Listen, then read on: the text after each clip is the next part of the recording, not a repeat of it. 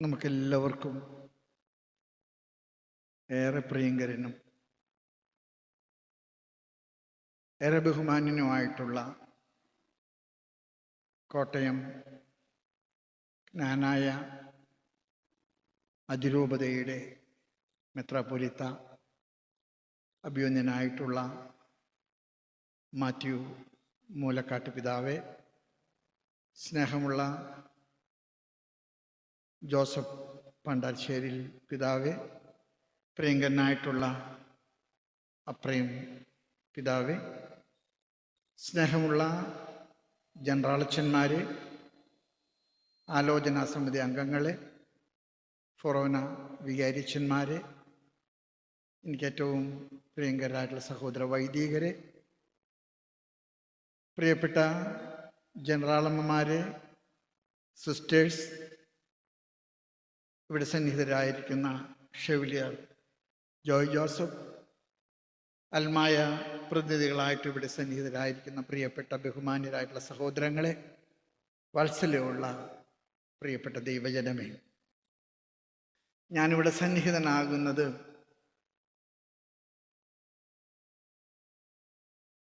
കോട്ടയം ജ്ഞാനായ അതിരൂപതയുടെ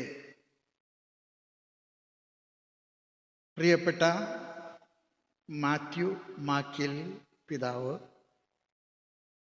സഭയിലെ ധന്യരുടെ ഗണത്തിലേക്ക് ചേർക്കപ്പെടുന്നതിലുള്ള നിങ്ങളുടെ സന്തോഷത്തിലെ, നമ്മുടെ സന്തോഷത്തിലെ അഭിനന്ദനം അറിയിക്കാനും ആശംസകൾ നേരാനും വേണ്ടിയാണ്.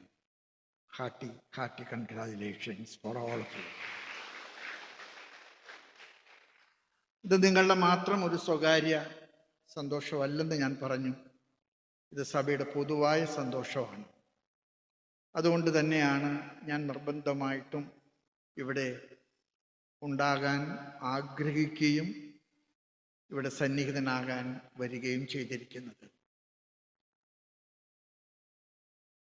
മാക്കിയിൽ പിതാവ് ധന്യരുടെ ഗണത്തിലെ ഉൾപ്പെടുമ്പോൾ സിറോ മലബാർ സഭയെ സംബന്ധിച്ചിടത്തോളം അതിലെ ഹൃദയം തുറന്ന ആനന്ദവും അഭിമാനവും ഉണ്ടെന്നുള്ളത് ഞാൻ പരസ്യമായിട്ട് നിങ്ങളെ അറിയിക്കുന്നു. സ്വർഗത്തിലെ പിതാവ് നമുക്ക് വഴികാട്ടിയാകട്ടെ എന്ന് ഞാൻ പ്രാർത്ഥിക്കുകയാണ്. മാക്കിൽ പിതാവിൻ്റെ ജീവചരിത്രത്തെക്കുറിച്ചൊന്നും ഞാൻ പറയാൻ ആഗ്രഹിക്കുന്നില്ല. അതെന്നേക്കാൾ കൂടുതൽ നിങ്ങൾക്ക് ഹൃദ്യസ്ഥമാണ്.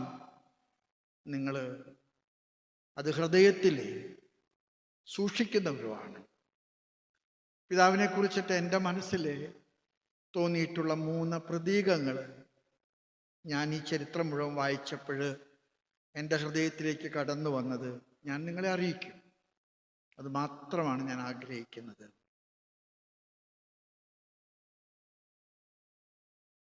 ജ്ഞാനായ സമുദായത്തെ സ്വപ്നം കണ്ട് ജീവിച്ച പഴയ നിയമത്തിലെ സ്വപ്നക്കാരൻ പൂർവ്വ യൗസേ പിതാവിൻ്റെ പ്രതീകമാണ് മാക്കിൽ പിതാവ്. എനിക്ക് തോന്നുന്നത് ഈ സമുദായത്തെ നെഞ്ചിലേറ്റിയ, അല്ലെങ്കിൽ ഈ സമുദായത്തിൻ്റെ ചക്രവാളങ്ങൾ മനസ്സിൽ കിനാവ് കണ്ട ഒരു സ്വപ്നക്കാരനാണ് മാക്കിയിൽ മാത്യു പിതാവ്. ഇദ്ദേഹം ധന്യനാകുമ്പോൾ നിങ്ങൾക്ക് ഉറപ്പാണ് വിശുദ്ധന്മാരുടെ പട്ടികയിലേക്കുള്ള നമ്മുടെ സഭയുടെ പ്രയാണത്തിൽ കോട്ടയം ജ്ഞാനായ ഭദ്രാസനത്തിൻ്റെ പ്രവേശനത്തിൽ സീറോ മലബാർ സഭയ്ക്കുള്ള വലിയ സന്തോഷം ഞാനിവിടെ അറിയിക്കുന്നു. അദ്ദേഹം സ്വപ്നം കണ്ട വലിയ ചക്രവാളങ്ങൾ സാക്ഷാത്കരിക്കാൻ പിന്നീട് വന്ന എല്ലാ പിതാക്കന്മാരും വൈദികരും സമർപ്പിതരും അൽമായരും കരം കോർത്തതാണ് ഇന്ന് കോട്ടയം അതിഭദ്രാസനത്തിൻ്റെ സുസ്ഥിതിയുടെ പ്രധാനപ്പെട്ട കാരണം. നിങ്ങളുടെ പൂർവ്വപിതാക്കന്മാരെ മനസ്സിൽ കൊണ്ടു നടന്ന വ്യതിരിക്തതയുണ്ട്. ആ വ്യതിരിക്തത നിങ്ങളുടെ വ്യക്തിത്വത്തിൻ്റെ അടയാള നക്ഷത്രമാണെന്ന് തിരിച്ചറിഞ്ഞ മക്കീൽ പിതാവ് ഇന്ന് കോട്ടയം ഭദ്രാസനത്തിലെ സ്വർഗത്തിൽ നിങ്ങൾക്ക് വിളിച്ചപേക്ഷിക്കുന്ന ഒരു പേരായിട്ട് മാറ്റപ്പെടുന്നതിലെ നിങ്ങൾ അഭിമാനിക്കുന്നു, ആനന്ദിക്കുന്നു. അതോടൊപ്പം തന്നെ സിറോ മലബാർ സഭയുടെ അഭിമാനവും ആനന്ദവും ഞാൻ അറിയിക്കുന്നു, നിങ്ങളെ ഓർമ്മപ്പെടുത്തുന്നു. രൂപത സ്വപ്നം കണ്ട ജോസഫാണെന്ന് ഞാൻ പറഞ്ഞപ്പോൾ അതിൻ്റെ കൂട്ടത്തിൽ രണ്ടാമതായിട്ട് എനിക്ക് പറയാൻ ആഗ്രഹമുണ്ട്. ദാവീദ് സ്വപ്നം കണ്ടത്, ജോസഫ് സ്വപ്നം കണ്ടതും എന്നാൽ പഴയ നിയമ ജനതയ്ക്ക് അത് സാധ്യമാക്കിയതും ദാവീദാണ്. ദാവീദിന്റെ കാലഘട്ടമാണ് ഇസ്രായേൽ ജനത്തിന്റെ സുവർണ കാലഘട്ടം.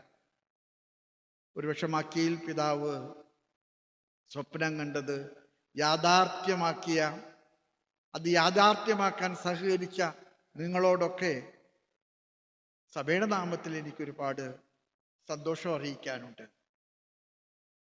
സ്വപ്നങ്ങളിലെ അവസാനിക്കാതെ സ്വപ്നങ്ങൾ യാഥാർത്ഥ്യമാക്കുന്ന ഒരു പ്രക്രിയയിൽ ഇന്ന് നിങ്ങൾക്കറിയാം, നിങ്ങളുടെ ഭദ്രാസനം ഒരു സ്ഥലപ്പേരിൽ ഒതുങ്ങുന്നുണ്ടെങ്കിൽ ആ സ്ഥലപ്പേരിൻ്റെ ചുരുക്ക് അക്ഷരം കോട്ടയം എന്നുള്ള ഉണ്ടെങ്കിലും ഇത് അവിടെയൊന്നും അവസാനിക്കുന്നതല്ല. ഇത് ലോകം മുഴുവൻ വ്യാപിച്ചു കിടക്കുന്ന ഒരു വലിയ സിംഹാസനത്തിൻ്റെ അല്ലെങ്കിൽ വലിയ ഒരു വംശപരമ്പരയുടെ പ്രതീകം കൂടിയാണ്. അതുകൊണ്ട് ദാവീദിനെ ഒരിക്കലും മറക്കരുത് എന്ന് സങ്കീർത്തകൻ പറയുന്നത് സത്യമാണ്.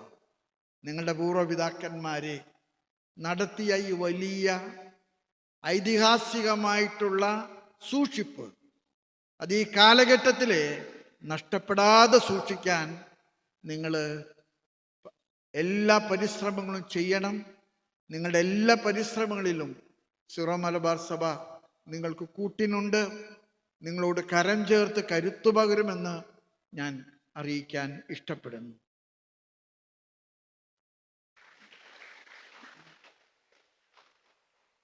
ദാവീദിന് ശേഷം സോളമനാണ് പിന്നെ വന്നത്. ചരിത്രത്തിൽ ഏറ്റവും ബുദ്ധിമാനായിട്ടുള്ള രാജാവ് സോളമനാണ്. സോളമൻ വിവേകത്തിൻ്റെ പ്രതീകമാണ്.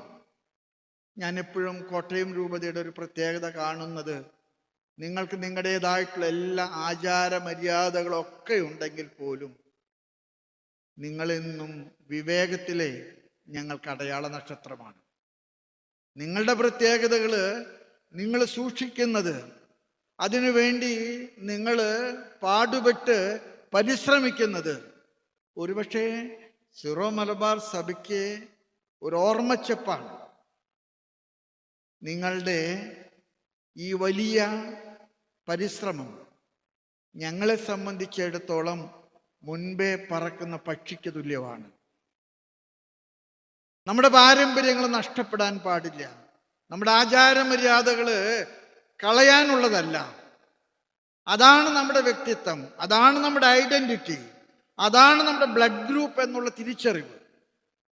അത് നിങ്ങൾ കാണിക്കുന്ന വിവേകവും വിശുദ്ധിയും കഠിന പരിശ്രമവും സിറോ മലബാർ സഭയെ സംബന്ധിച്ചിടത്തോളം ഒരു അനംനേസിസാണ്. അതൊരു ഓർമ്മപ്പെടുത്തലാണ്. അതിനെ സിറോ മലബാർ സഭയോട് നിങ്ങൾ കാണിക്കുന്ന അടുപ്പത്തിനും നിങ്ങൾ നൽകുന്ന ഈ വലിയ മാതൃകയ്ക്കും ഞാൻ നന്ദി അറിയിക്കാൻ ആഗ്രഹിക്കുന്നുണ്ട്. ധന്യനായ പിതാവ് മക്കീൽ പിതാവ് സ്വർഗത്തിലെ നമുക്ക് മധ്യസ്ഥനാകുമ്പോൾ നമ്മുടെ സഭയിലെ കൂടുതൽ സ്വർഗീയ വരദാനങ്ങളുടെ വഴിവെട്ടുകയാണ്. സ്വപ്നം കണ്ട കോവണി, സ്വർഗത്തിലേക്കുള്ള കോവണി മാക്കിയിൽ പിതാവിലൂടെ വീണ്ടും നമ്മുടെ സഭയിൽ തുറക്കുകയാണ്. പിതാവിൻ്റെ സ്വർഗീയ മാധ്യസ്ഥം നമുക്കുണ്ടാകട്ടെ എന്ന് ഞാൻ പ്രാർത്ഥിക്കുന്നു. ഒരിക്കൽ കൂടെ നിങ്ങൾക്ക് എല്ലാവർക്കും ഈ ദിവസത്തിൻ്റെ സർവ്വനന്മകളും ദൈവാനുഗ്രഹവും പ്രാർത്ഥനാപൂർവം ആശംസിച്ചുകൊണ്ട് സീറോ മലബാർ സഭയ്ക്ക് നിങ്ങൾ നൽകുന്ന വലിയ കരുത്തിനും കരുതലിനും സഭയുടെ നാമത്തിൽ ഒരിക്കൽ കൂടെ നന്ദി ഓർമ്മപ്പെടുത്തിക്കൊണ്ട് തുടർന്ന് നമുക്ക് ഒന്നിച്ച് മുന്നോട്ട് പോകണമെന്നും നിങ്ങളുടെ സഹകരണം സഭയ്ക്കെന്നും കരുത്തും കരുതലും ആകണമെന്നും പ്രാർത്ഥിച്ചുകൊണ്ട് എൻ്റെ വാക്കുകൾ നിർത്തുന്നു. പിതാവിൻ്റെയും പുത്രൻ്റെയും പരിശുദ്ധാത്മാവിൻ്റെയും നാമത്തിൽ.